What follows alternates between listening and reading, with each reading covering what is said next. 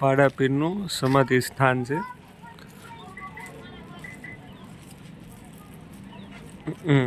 બહુ વિશાળ કાયાવાળા પાડાપીર હતા. કતલખાને શું છે? હવે ઇતિહાસ ખબર છે પાડાપીરનો? પાડાપીરનો ઇતિહાસ ને તો આખી દુનિયા બોલો હાલો બોલો હાલો. બોલવાની ક્યાં વાત છે? મને ખબર છે પણ હું થોડોક આવામાં અટવાઉં છું એવું છે. પાડાપીરના તો ભરોસા છે જ ને, સાથ સાથ અહીં પાડાપીર છે જ તે. અમે તો માલધારી માનતા હોય. હા, અરે અમે ભાવનગર થી સાની હાટું અમારી તો ભેહું કોઈ હાજા માંદી હોય, અહીં બાપાને કપાસની માનતા કરી, શરીફળની માનતા કરવી, રેડી થઈ એટલે આપણા જાનવર ઘરે પાળેલા હોય ગાય હોય, ભેંસની માનતા વધારે થાય.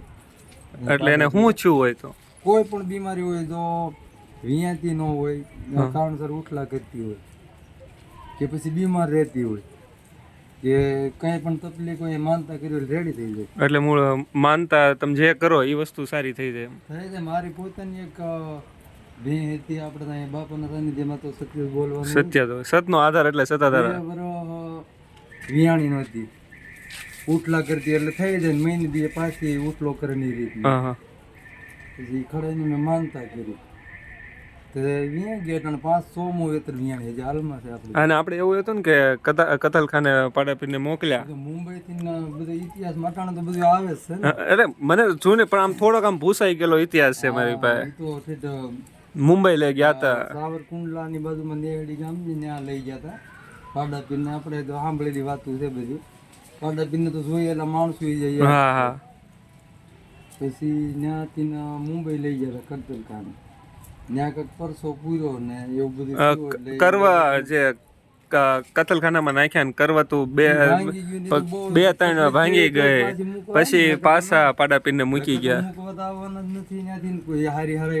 હારે અને વિશાળ કાયા વાળો તો આપણે કેમ આમ ગાયું હોય ભારે ભક્કમ મસ્તાન હોય ને, એમાં તો દેવ રૂપ હોય, એમાં થોડું કઈ ઘટતું હોય. અને પછી એને આયાત તે મૃત્યુ પામ્યા. એ તો અહીંયા ઠેઠ જ એને પોગાડી અહીંયા પછી તો અહીંયા બહુ સેવા થઈ એની. બહુ સેવા થઈ. કેટલા વર્ષો પછી એની બહુ માણસોએ સેવા કરી. અહીંયા જગ્યાના માણસોએ સેવા. અને આયાત તે નીચે જ તે સમાધિ કરેલી છે આ જ જગ્યાએ છે.